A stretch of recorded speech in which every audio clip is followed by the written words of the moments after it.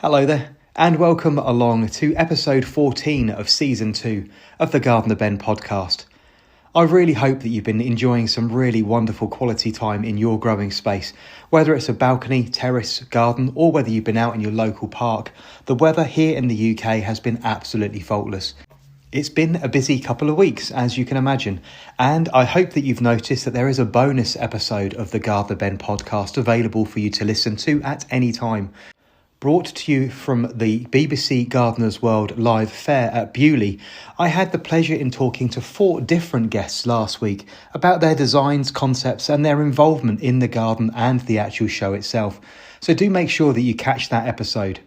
Here in the garden, my focus is actually swinging around now from actual gardening to creating content.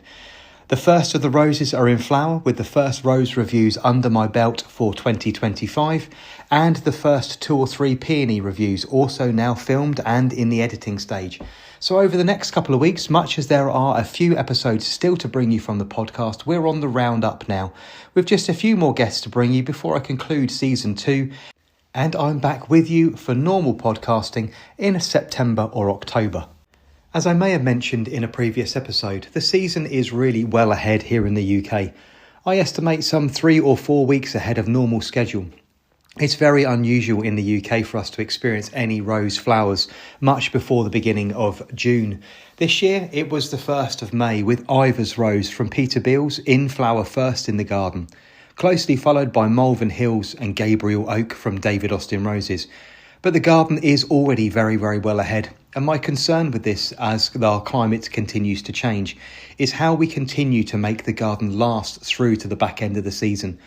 The joy of gardening for me is to really elongate the season just as much as I can, which is why I really love growing early flowering plants such as peonies and bearded irises alongside my roses, and of course growing dahlias that elongate the season towards the back end of October, November and into the beginning of December. So the concern now that we are so far ahead is how we keep the garden marching forward and how we keep it looking tip-top right to the very, very end of the summer months. Another thing that's happening over the next couple of weeks is the first garden shoot here for my new upcoming book, which I'm slowly putting together and getting my head around. It's been mentioned in several episodes of the podcast so far, and I've got a photographer coming in the beginning parts of May who will be capturing just as many beautiful images of the garden as we can, both at sunrise and at sunset. As you can imagine, this is a large and quite scary task to undertake, but I'm really excited to finally get going on it. So my major concern with the garden over the next few weeks is that if we are that far ahead, how do I time the sessions with him and make sure the garden is looking just as beautiful as it can be? And with the sun being so strong, how do we capture images that show the natural characteristics and qualities that I want to show within the pages of the book? This week, I'm also going to be putting on my smart clothes for the second time in 2 weeks and heading off to Salisbury Cathedral, where I've been invited to the press opening of the Spirit of Water Festival. I'm really looking forward to this, and it will be a lovely evening out for both Mark and myself. Right, I suppose I should get on and introduce this week's guest. I'm really excited to share with you a conversation I had with an amazing horticulturalist, Matt Pottage. Now, I've followed Matt for some time on social media channels, and he is currently the newly appointed Head of Horticulture and Landscape Strategy for the Royal Parks. Now, as you can imagine, this is a massive and very, very important undertaking. Matt used to work at RHS Wesley. He's also a panellist on BBC Radio 4 Gardener's Question Time, and like myself, a huge houseplant collector, loving the rare, the unusual and the very different. Well, today on the podcast, I'm joined by Mathew Pottage, who is the Head of Horticulture and Landscape Strategy at the Royal Parks and also a panellist on BBC Radio 4's Garden and Question Time. Mathew, hello, welcome along. Hey Ben, thank you for having me. Absolute pleasure. How are you doing today? I'm very well, I'm very good. I'm pleased to see the garden is fully waking up and it's feeling almost spring-like, and yeah, it makes me feel good. It doesn't it just? I mean, I walked around the garden just this morning here at North Lodge, and yeah, it's true the garden's waking up, but that also means the pesky weeds are waking up as well. You know it's spring when they are growing as fast as everything else. Of course, I know. And in central London, it's, where I am, it's quite sheltered and mild. So I've got aphids over everything, which I'm just, I can't be stressed about. It's just how it is. And it's bone dry here. I don't know whereabouts you are, but we've not had decent rain in London for quite a while. No, Are it's been you, been are you, are you been southeast? southeast, right down on just on the outskirts of the New Forest. So yeah, but halfway between Ringwood and Salisbury. So it's been very, very dry here as well. So we had a little bit of rain over the weekend, but the water butts are still very, very empty. So I'm lucky. I've got an irrigation system which I don't like to use, but I have had to engage and already start pumping water out onto it. So fingers I crossed, can fingers imagine. crossed, we end up with rain, some rain soon. Otherwise, things are going to get a little bit barren. Yeah, indeed. Absolutely. Yeah. So Matthew, for those that don't know who you are, I mean, obviously that is a very, very big job title, there, isn't it? That's a very long job title. Tell people a little bit about what it is that you do for the Royal Parks and about your job. Yeah, so the role is new at the Royal Parks, and I've only been in it, 10, 11 months.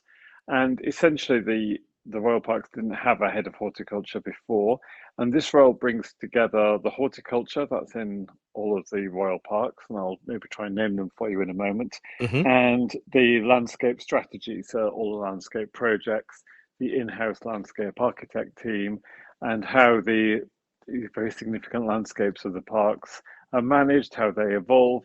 You can imagine there's challenges like climate change, just physical wear and tear and use, and climatic extremes. And then with the horticulture, there's a real opportunity to do different styles of horticulture Hmm. and wow people and really blow people away with exciting plantings. And I'll talk to you a bit about that in a minute because it's something I'm quite passionate about. But the remit is big, and I've gone from looking after just Wisley at the RHS to now all of the royal parks. And shall I try and name them for you? Well, you can. I mean, I'm trying not to be intimidated by the size of the task itself. It must be quite. I mean, I don't want to neg you out or get in your head, but it must be quite an overwhelming experience, especially as you're forging the way in a brand new role as well, and sort of making the role up, not as you go, but sort of finding where you're going and finding your direction. Because Wisley would have been enough for most people. Yeah, indeed. And actually, one of my first things I've been working on since I started, and I've now got a draft together, is a horticultural strategy because one needs a direction of travel, and with the Royal Parks is a brilliant organisation, a brilliant charity, and it's been able to appoint head gardeners to all of its parks. So there is a Hmm. real focus, a real individual focus for horticulture and gardening, and all of those head gardeners, which I really see as my left and right hands in this job to help deliver, they're my immediate team, if you like. Um, we need a collective vision and a Yeah. direction of travel. So yeah, writing a horticultural strategy is very much been my world. And then of course all the parks have different landscape characters, different historical elements. Some of them have quite strong horticultural identities, such as the Isabella Plantation, Richmond Park, or the Queen Mary's Rose Gardens at the Regent's Park. And in some areas, I think it's fair to say they could be stronger, they could be better. So, in a similar vein to what I did with Wisley, I wanted to do fewer things but better. I wanted to challenge the status quo of what's there. And if we stand around a bed or a border or an area of the garden and we don't know what it's supposed to deliver or we don't understand its identity, then there's a question mark there of, how do we make it better? Or do we do it again? Do we start it again? Or do we Yeah. even need it? Yeah. Okay, Um, okay. I suppose there must be now a much more large amounts of pressure with our not our new monarch but King Charles actually being a really keen horticulturalist himself that he's famed for creating gardens, and these parks and gardens are part of London and the fabric. They're seen by literally millions and millions of people and used by millions of people on a daily basis. They are very much so, and the Royal Parks actually covers the bedding that's out the front of Buckingham Palace. So Okay. it's an interesting one because so the I Royal once did a Parks. golf course, if that counts. Oh, really? We used to do 3,500 bedding plants into one golf course every year, so that was quite a feat. So yeah, bedding plants are Wow. not my favourite thing, I must admit. Yeah, I mean it's quite intense, and the remit is they're not actually so they're not part of, say, Windsor Great Park or Buckingham Palace or Balmoral.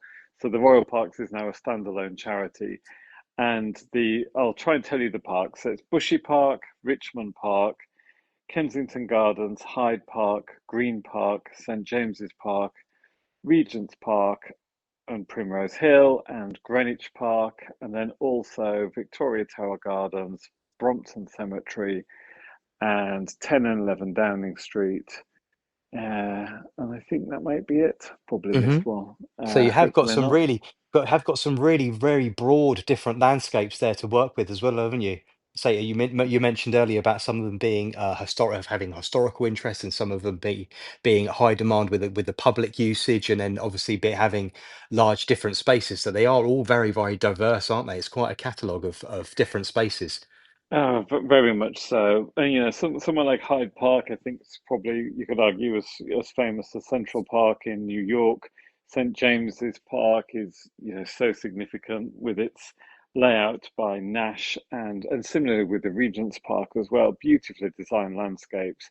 And then over at Richmond Park, you've got centuries and centuries of ancient oak trees, beautiful native oak trees and acid grasslands. And of course, some of them are triple SI, so it's not a case of trying to start doing horticulture there. It's a case of preserving and managing the landscape and caring for it. And, not so much intervention. The Royal Parks has a really well established biodiversity ecology team who I'm keen to work with because their focus is obviously different to the horticultural focus, but I don't believe there should be a clash there. I don't believe there should be two camps. And I think we all know as gardeners, being a bit more aware of what we're doing and in tune to the environment is no bad thing. No, quite. So to tell the audience a little bit about your journey into gardening, because obviously, I mean, you are one of the elite gardeners in the country. I would have certainly saying one of the elite Really? people. Well, I would sort of assume with your experience level and the prestige of the type of work that you're overseeing, how would someone follow your footsteps and actually sort of head into even a role sort of managing at Wisley or overseeing a garden like Wisley? How did you get into the field that you're in now? Well, my journey was actually training with the RHS Festival as a student, and then I stayed on to work at the RHS at Wisley as a gardener. And when I was doing that gardening role, I actually did the RHS Master of Horticulture alongside my job, Hmm. which I remember thinking at the time, this is going to kill me or I'm going to give up. It was full on, but a very, very good bit of advice was given to me by my boss at the time, a lady called Lucinda. And she said, you're on your own, you don't have any take-home stress, you've got headspace at the end of the day, you need to be doing something with it. Don't just go home and watch telly and drink beer. So, get on and do the masters. And it was great advice because I did actually have the headspace when I was just working as a gardener during the day at Wisley. And I was home by 4 o'clock. I used to live nearby, and it was a real, useful time to study. And having that M Hort, the RHS M Hort, I mean, it really does. Unfortunately, you need this for people to take you seriously at my age anyway, because I was in my 20s. And I then got a couple of opportunities to go up through the ranks at Wisley. And if you were young, people just, I don't know, there was just quite I guess it's an ageist thing. It was assumed you didn't know anything. So Well, when I got the phrase that's battered about is, "Oh, I've been gardening longer than you've been in out of short trousers." It's that kind of thing that's said, isn't it? And it is. Yeah, it is. It's quite passive aggressive actually, because sometimes, very, very long established people in their roles, I find, can just actually be stagnant. They've stopped learning, they've got Yes. their set ideas, and actually they can be quite unhelpful in the workplace. And you look at someone like Jack Aldridge, who's just recently got the Royal Lancaster Award from the RHS. He's one of the most incredible woody plants people I've ever met. And I don't know, he's in his early 20s. I mean, he's unbelievable. So, yeah, anyway, sorry, to go back to your question. So, yeah, I then got a couple of opportunities at the RHS to manage people, manage teams, and eventually got the curator gig at the age of 29. And, I believe just my secrets to success, I guess, when because I get asked this quite a bit, was just work hard, really, really put in as much as you can and be kind to people and be nice to people because at the Hmm. end of the day, you rely on other people in the workplace. And if you go around being unpleasant and rude, it really doesn't help. No. And, I just felt like we're enhancing lives, we're not saving lives. We can have fun at work. We don't need to be too serious. We can still be professional and have a nice time. And I always had quite a light-hearted approach, but a hard-working approach. And you know what? I didn't have a plan I didn't have everything mapped out of, where I thought I would be in 2 years, 3 years, 4 years. I just, things came up and I threw my hat into the ring and And I was, you had a go. yeah, I had a go, and I've been very lucky that people put, trust and faith in me doing a good job, I guess. So you would strongly recommend someone who is just starting out, maybe didn't want to do A levels or maybe didn't want to go on to do university, for instance, to actually take up a vocational course and maybe do a practical assignment with the RHS at one of their gardens and actually start that way. It's a really good route. Yeah, definitely, Ben. And any volunteer opportunities or community garden opportunities, because, I found when I was recruiting at Wesley and sat on the other side of the interview table taking people on, yes, you want to see what certificates or courses they've done, but you also want to know what that person's initiative and their real love of doing something for the industry or doing something for themselves to learn. How do you broaden yourself? So when I was younger, I did a couple of volunteering things in my local town, looking after houseplants because I was very passionate about them in a local care home. And actually, And you still are by all accounts, aren't you? By the looks of oh things. yeah, I still love my houseplants, and I just think if you can do and you can help out, you should, and it always gives back more than you imagine. Even voluntary roles, I've never had a "what's in it for me" kind of attitude, and things just you get to meet people, you experience things, and when you go for a job, I think if you have those other strings to your bow, it does you no harm. Yeah.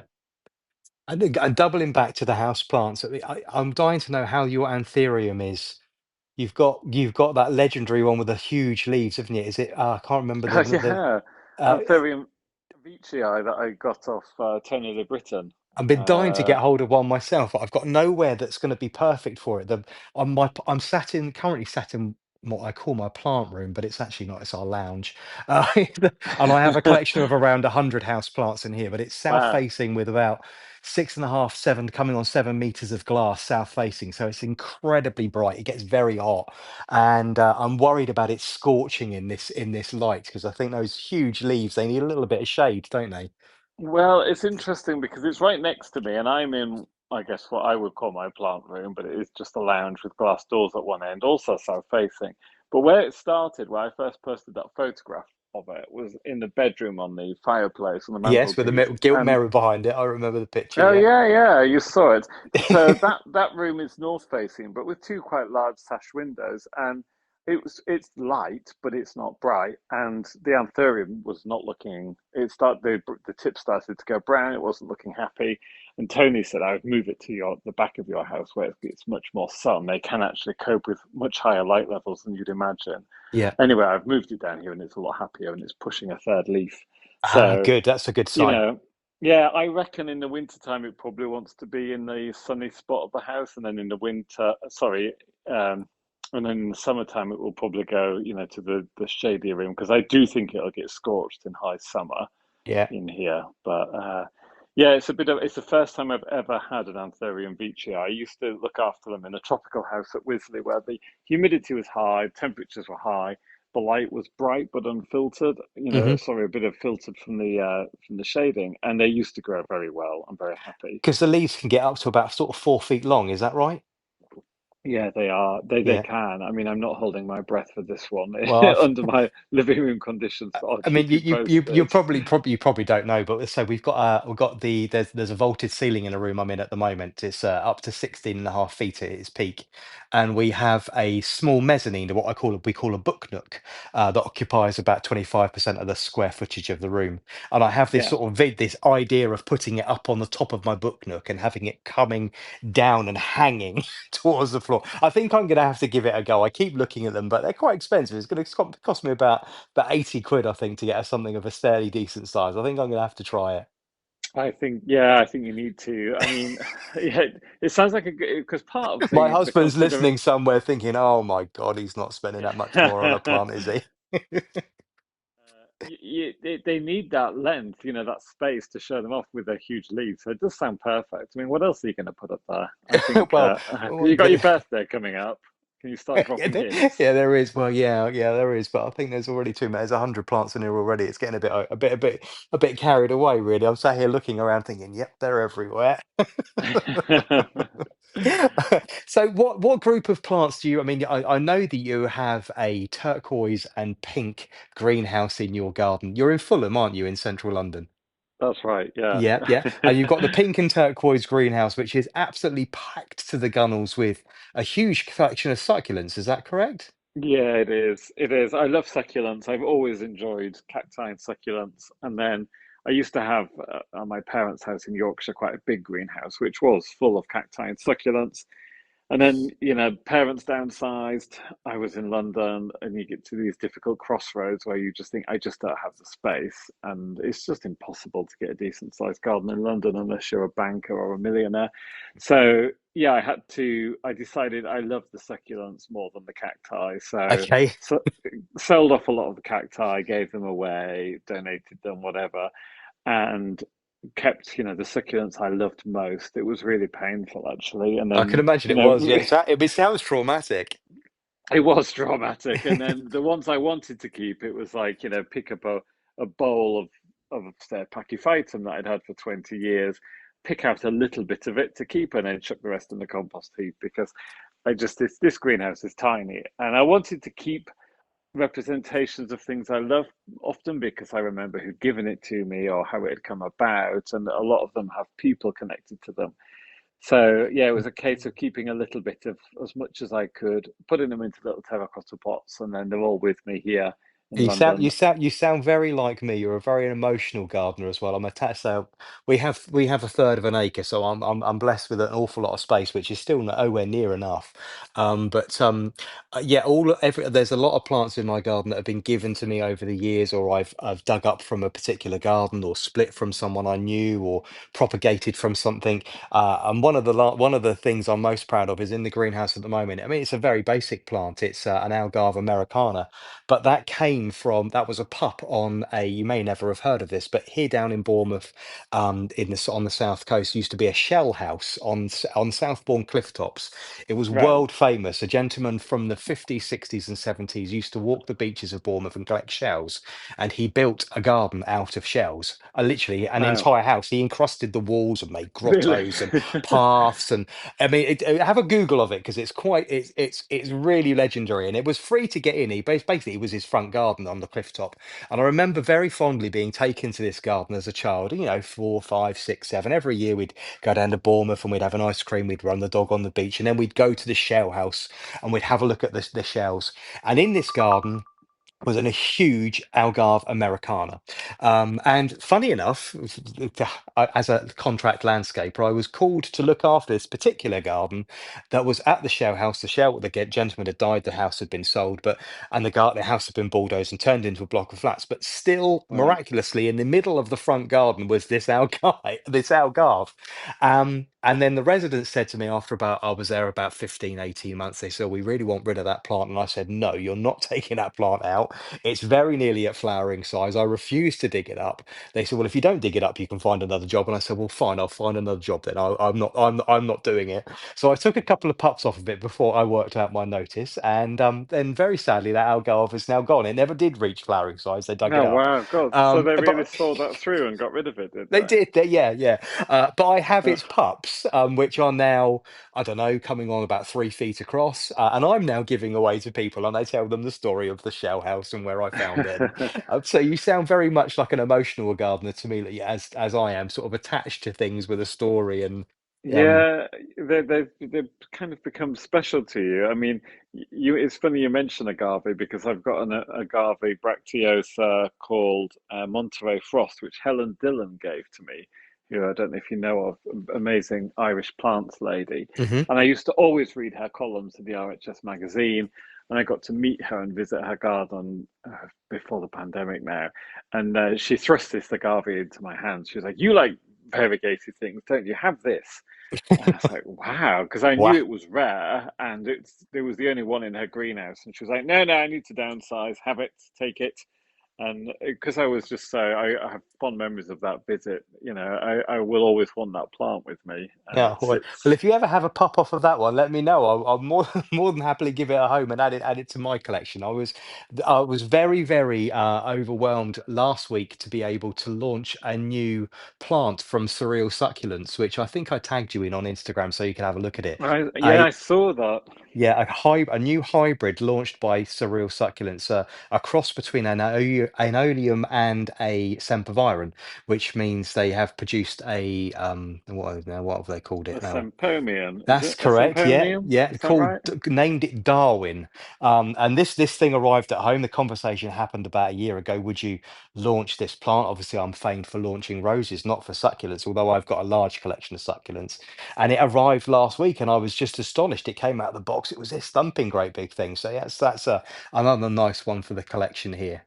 Yeah, they've certainly got some balls about them, haven't they? They're huge. Yeah, yeah, yeah, it's a great big thumping, great big thing. I'm looking forward to seeing it at Chelsea next month because they say the parent plants are just coming into flower. So it'll be interesting to see what colour the flowers come out on those. Because they're hoping that it's going to take the colour of the Sempervirens and have sort of a dark pink or a pink flower rather than a yellow. So yeah, it'll be interesting to see those and see how it performs actually when it comes to the awards of merit this year. To see, I'm virtually positive it will walk away with an award of merit from the RHS this year.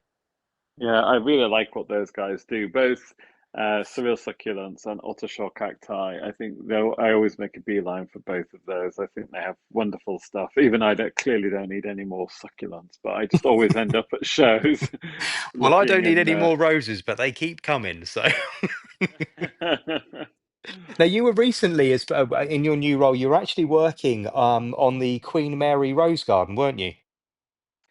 that's right. It's funny you mention roses. Yes, Regent's Park. Do you know the rose garden there? Yeah, I have been there, but many many moons ago. It's been a long long time. Yeah, so it's quite historic, and it is probably the biggest display of public roses that one can see for free. But we've been doing a new mulch because I'm very passionate, and as a lot of gardeners are now, we understand so much more about soil. I'm very passionate that the keys to plant health is through soil health, and the soil didn't feel great to me there. There was various disease problems with the roses, and they're on clay soil, which obviously isn't a problem for roses at all, but it felt quite impoverished, and it felt like the roses needed a bit of help, to be honest. And the days of digging out soil and dumping it and bringing in new soil for rose sickness, which has never been scientifically proven, I just felt we need to just move away from this and start looking after our soils better. Yes. So we put down a new mulch, which we needed 100 tons of, and Anna Raffle, the head gardener there, bless her, she's a superstar. Her and her team did this. It was a mix of it's an anaerobic digestate from a lovely company called Apsley Farm. So it's a byproduct of green energy. It Hmm. almost just looks like shredded manure. And we've mixed that we did 60% of that to 40% wood chip to try and get some healthy fungal activity, mycorrhizal activity kickstarted in the soils again. So it's a lovely blended mulch. So that's all gone down in there. We're relabeling the roses because the labeling was quite tired, and Anna is replanting some beds. And then we also made a difficult decision, and this is where making changes, quite an interesting one in a public park, but with wetter winters and compaction in there, some of the rose beds were just spending most of the winter underwater. They're in a Hmm. terrible state. So my theory of doing less but doing better kicks in, and we actually grassed over some beds of roses. And I think it looks a lot better for it, to be honest. And it enables Anna and her team to spend more time pruning and deadheading the other rose beds. Actually focus on fewer but quality plants and actually sort of, yeah. Exactly that, exactly that. And it's a monoculture rose garden. If I was doing a garden again tomorrow from scratch in my own space, I wouldn't do a monoculture rose garden for all the reasons I'm sure you understand. But Yeah. it's historic, and that's how it's always been. And I think, fine, let's make it as healthy and as good as we can.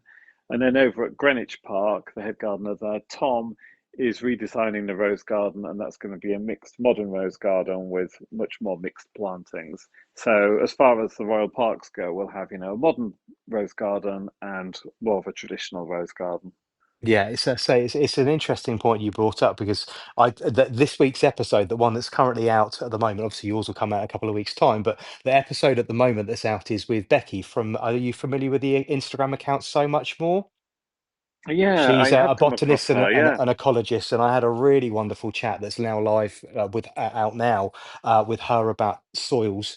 I did obviously a module as part of my horticultural degree, but nowhere near the depth that she goes into. And it was really, really lovely talking to Becky about, and she's very, very focused and very, very knowledgeable about, tiny little fungi that only move like a quarter of an inch in their entire life cycle, and no digging and mulching, and which obviously is something I'm going on about on my channels all the time, but can't yeah. get people to really sort of embrace. They all feel that they need to go out and they need to dig and they need to sweat and they need to work. And it's like, no, no, no, no, just leave it. Pile the mulch on top. Let the mulch do its work. Let the soil microbacteria and creatures do their work. And you don't need to do the digging and the huffing and the puffing.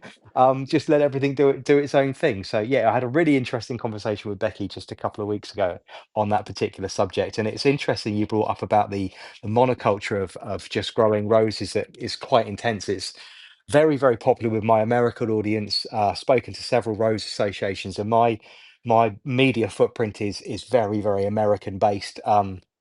They're quite obsessed with the accent and they love the style, but they tend to grow roses just literally on their own. And obviously for me that's just not enough. Here in my garden I have to be very regimented in the style of work I do for commercial work, so when I come Yeah. home my mind goes crazy and I can't help but buy plants. I mean, I love plants. uh, and there is, yeah, I'm not going to say what I've been up to today, but more plants arrived today and there will be more plants arriving tomorrow. I just simply can't help it. And of course, the roses keep coming. I think we're up to 65, maybe even 70 new varieties into the garden this year alone. But I won't plant them. Wow. I won't plant them on their own. They have to be mixed with everything else. So it's chucking them in with everything else. It's finding the space for everything else. So yeah, I'm very nearly at capacity. I don't think I've got the capacity for a great deal more, I must confess. Yeah, you sound to be quite full. I mean, I feel like I should give a couple of shout outs because I've learned a lot about roses through Michael Marriott. And I was talking to Michael about the Regent's Park Rose Garden, and he was saying to me, just bear with the mulch thing and bear with the soil health thing. It's not going to happen overnight, but you will start to reverse the fortunes and Hmm. improve the health. And the other great soil advocate who I worked with for years at Wesley is, of course, Sheila Das, who some of you might know. She now heads up gardens and parks for the National Trust. And I learned a lot working with Sheila. And she introduced all the no-dig approach with the edible crops at Wisley in the World Food Garden. But when you start to read and understand more about no-dig practices and soil communities, it just makes total sense. It And does, yeah. when I first took on management of the woodland gardens at Wisley, we were doing lots of leaving leaves on beds. Hmm. And I still remember some people saying, we're going to start losing all our woodland perennials if you're not going to let us rake up the leaves. And I remember thinking, what the hell happens in nature? People don't go Exactly. out with Yeah. rakes. No. And, and I'm now having similar conversations again at the Royal Parks with leaving leaves on beds, leaving leaves under trees. And one comment that stuck in my head is somebody said to me not long after I started, well, of course we can't leave the leaves because there's no worms here to take them in. And it's like, yeah, I know. That's Yeah, why we need to leave the leaves, I because the know. This worms is will kind of a bit come. of a cycle here. Can I help you connect this? So, of course, there's no flipping worms. We've been raking the leaves off for years. So, yeah, it's just a mindset thing. And also, people have been trained to tidy up in the Yeah, autumn, and it's something where, it's exactly we've what I been was. we've been unlearning that, haven't we, in more Yeah, recent yeah. years? Literally, the conversation with Becky was, remember, you literally we've deprived the UK's soils for probably about 6 or 7 decades. It's an overspill, I think, really from the sort of dig for England and feed the country from sort of growing at home is sort of very regimented, clinical, and then the overspill of our homes actually sort of going out into people's gardens and people wanting it to be tidy and clinical and very clean. And it's not the way I garden here. I'm pretty messy, and well, I say I'm messy. It's just I'm just very natural in my approach, and the leaves fall and they stay in the borders, and then I encourage people to leave them there, and then I mulch over the top of them. And as you say, in the woodland gardens, your herbaceous, your woodland perennials will come up. They'll find their way. They get a little bit of warmth on them, and up they come. Um, Yeah, yeah, of course. And it becomes quite a rewarding, obsessive thing, I think, to feed the soil, to be putting organic matter down, leaving leaves, shredding clippings back onto the beds. Because once the soil health improves, the speed at which it sucks in anything you give it is incredible, especially once the worm population improves. And I find it quite satisfying, actually. It's it's really cool. I'm being plagued by a family of moles here in the garden, which I'm trying my best not to get upset about, because keep thinking it's a real testament and a real nod to the quality of my soil here, that actually the family of moles wouldn't have moved into my lawn and be rampaging its way around my garden if I didn't have plenty of soil creatures to feed them with. So I I know. try and take it as a compliment rather than a It is. It than a is. But slight. can you not? I mean, maybe you don't want your lawn to become all uneven. I don't know. But I think if you've got molehills, can you not use them to mix in with some horrible dusty peat-free compost that has no body to it, Yes, you and can, do a of love course. Yeah, because it's lovely tilled loam, isn't it? That moles push up. yeah. And while I understand the need to be peat-free, and I have been myself for a long time, flipping peat-free compost that's heavy on the wood chip Oh, it's after a couple dreadful of stuff, years isn't in a it? It's, pot, yeah, when the wood chip breaks down, you're left with dust that doesn't hold moisture. no. It's quite frustrating. So anyway, my answer to it is to mix in loam, but buying bagged loam is heavy and arduous to move around. So if you've got molehills, I'll be gathering those up. Yeah, and I can imagine quite difficult in central London as well. I'm assuming you've got garden centres and DIY stores, but it's not particularly easy. I've got a 3.5 ton truck for work that I chuck all sorts of stuff in. If I want it, I buy it by the cubic meter or by the ton. It's not as easy for you guys in central London doing that, is it? No, it's not. And garden centres are pretty overpriced in central London, and I'm a Yorkshireman, so I do resent paying, 15 quid for a 30-litre bag of compost. That's naff. But anyway, I need to get over that because I've chosen to live in London, so it's my own problem. And of course, as we mentioned earlier, when I introduced you to the audience, you currently sit on you're a panelist on BBC Gardeners World, or Gardeners Question Time, along with Yes. Sarah Raven and other people. Oh, sorry, no. How did you end up doing that?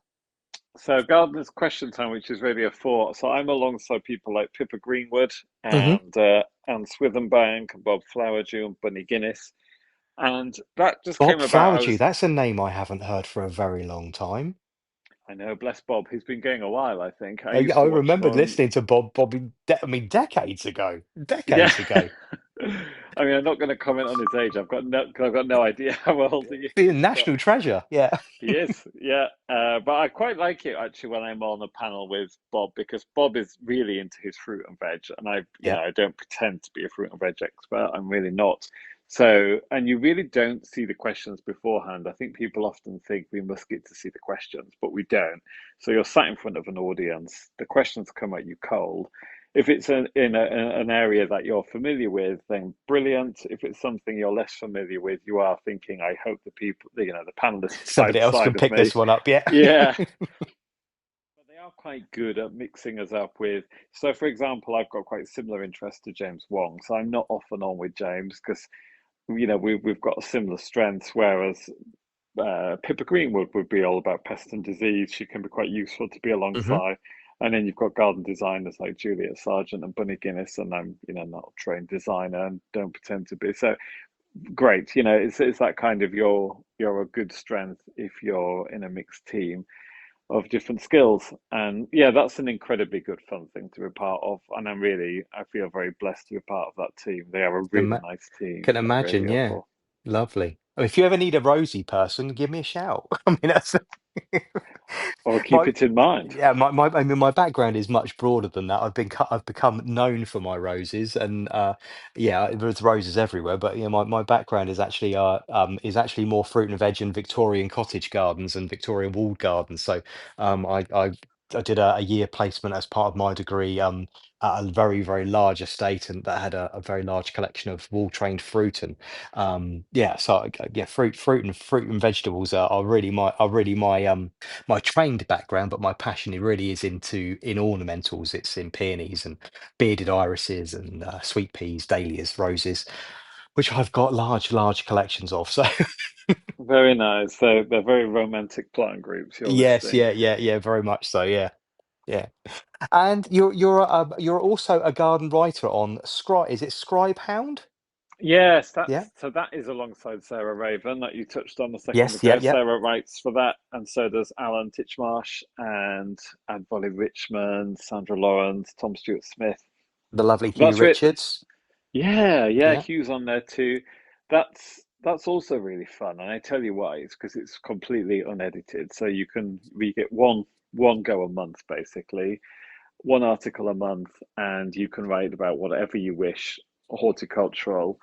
It's not edited, so there's no. I used to have a column in the RHS Garden magazine, which was great fun, but it was a limited word count, and you had to agree a topic beforehand. And obviously, the RHS has to be quite measured, so you couldn't say anything too controversial. So yeah, this is a bit more free. It's a subscription thing, and but people who subscribe get an article a day. They can either read it or listen because we Hmm. read them out as an audio, Oh, lovely. and and then, yeah, you've got designers, garden historians, plants people, people that are more. You've got Leah Linendertz on there who talks lots about her the almanac and gardening by the moon.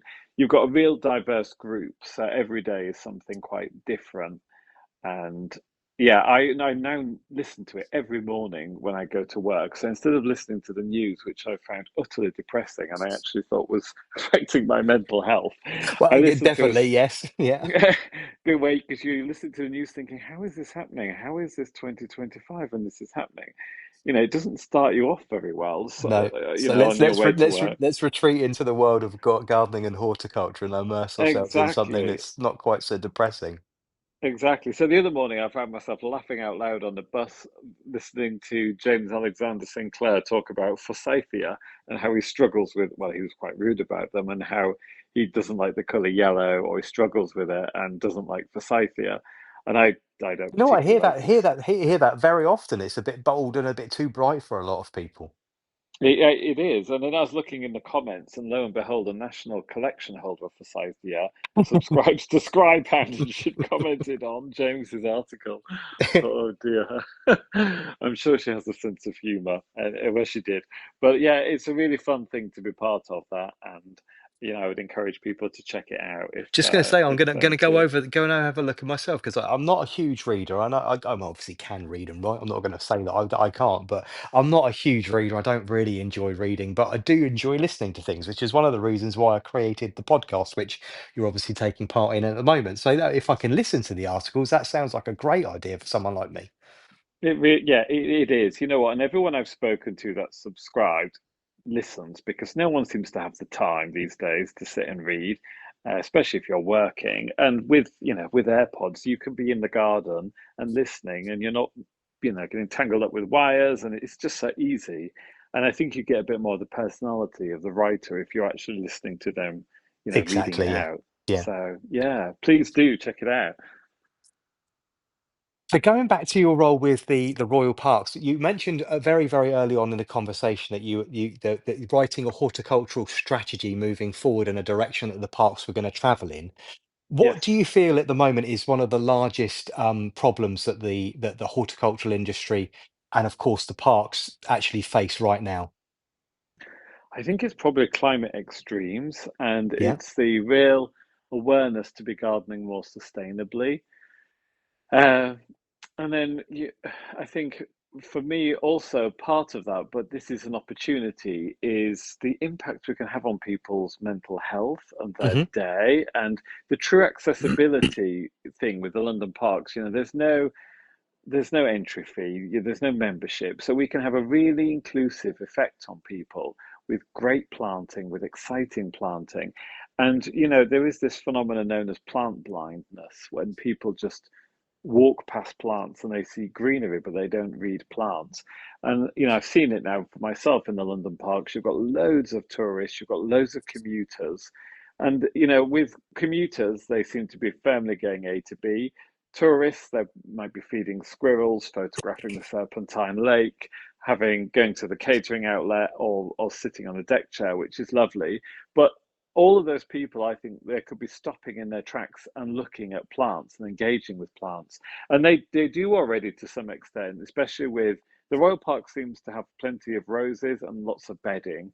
And when you get a hit of colour, and cherry blossom as well, actually, we've got some good cherry blossom in Greenwich Park. Hmm. And when you see this hit of colour, people engage, they stop. But there's so many more styles of planting, and with the changing climate and the London microclimate, especially, it's very mild in central London. There is just such a wider range of plants and gardening styles we could be showing off in the parks.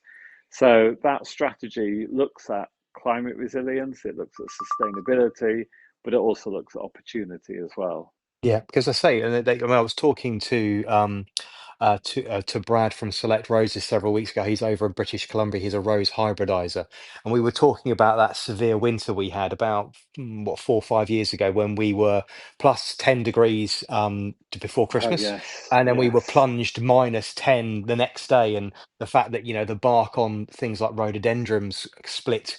I planted a mimosa for the Royal Jubilee, the Queen's Jubilee, and I spent an awful lot of money on this very large tree in the garden. I wanted a particularly large specimen, so I spent 180 quid on it. And 5 weeks later, it was as dead as a doornail. It was stood there with the bark split, and it was gone. So yeah, he was saying again, it was very upsetting experiencing that. But then he was also talking about the opportunity to then change things up and actually add new things to his spaces and plant new things in his garden, and how excited he was by that. So by hearing your strategy and using the word opportunity, I think that's a really nice way of putting it, because I think we can get entrenched into, oh, it's all doom and gloom and it's bad and things are changing. But actually, on the flip side of that, what can we grow instead, and what can we how can we plant and how can we design differently that's going to make the spaces work better and can actually hold up to the very very dry periods of time that we're getting, 12, 13, 14 weeks without water sometimes, and then these very very wet winters that are relatively mild, and then these really hard cold snaps that we seem to experience. They seem to come out of nowhere,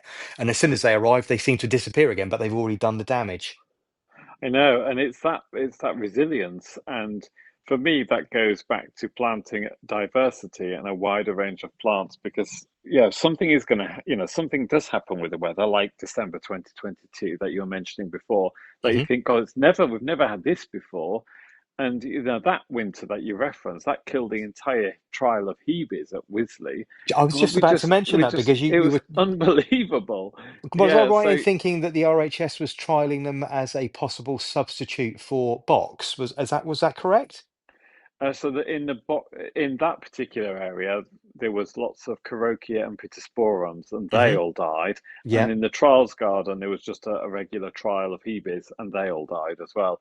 I mean, it really. was so devastating. And yeah, it takes me back to having a diverse range of plants, because some will tolerate whatever the winter throws at them, or the summer, and some won't. And if you have just the monoculture, you're definitely in a it's an eggs in one basket kind of syndrome, which isn't as strong No, and doesn't quite. feel as good. So there's a standard question that I'm asking absolutely everybody that joins me on the podcast, especially if they're a real good, a very plants person like yourself. Now, obviously, you've got quite a large collection of plants at home, a large collection of house plants. But if you had to leave and you couldn't go home again, and you could only take one plant from your collection, what plant would you take with you, Matthew, and why? It's right next to me at the moment, Is it actually. really? It's yes, it's a succulent called an astroloba, and Yeah. its full name is Astroloba herrii, and I love it. I think I'm probably drawn to it because its branches look a little bit like a monkey puzzle. It looks like a little tiny monkey puzzle, and it kind of trails and twists around, and the leaves follow a spiral up around the stem, a phyllotaxy, a spiral phyllotaxy, and it looks quite otherworldly, actually. I think, strictly speaking, it's a Haworthia relative, so it is a succulent. But Yeah. yeah, it looks bizarre, It and sounds I very remember. prehistoric in its look. Yeah, it looks like a little dinosaur tail, and I've got it in a checkerboard urn, of course, because I don't do anything normally. And it's been with me for years, and I remember where I got it from and the story behind it. And yeah, it's hard to come by as well. You can't just pick them up easily. So I think that would be the thing that I grab. That would be the plant you're taking with you, and you're taking with you to your next growing space if you ever had to. Yes, indeed. Thank you so much for joining me on today's podcast, Matthew. It's been a real pleasure getting to know you a little bit more. Thank you very much for giving up your time.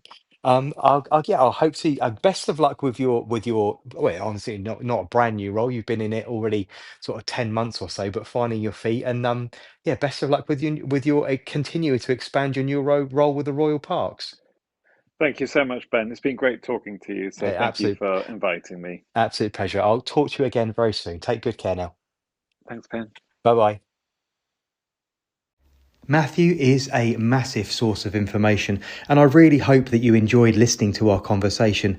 He's taken on a task that I can only marvel at, and I wish him all the best in his new role.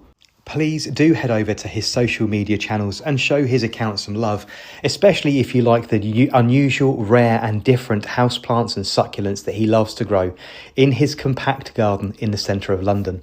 Next week's episode of the podcast takes us in a very different direction, although it's still associated with the topic of gardening.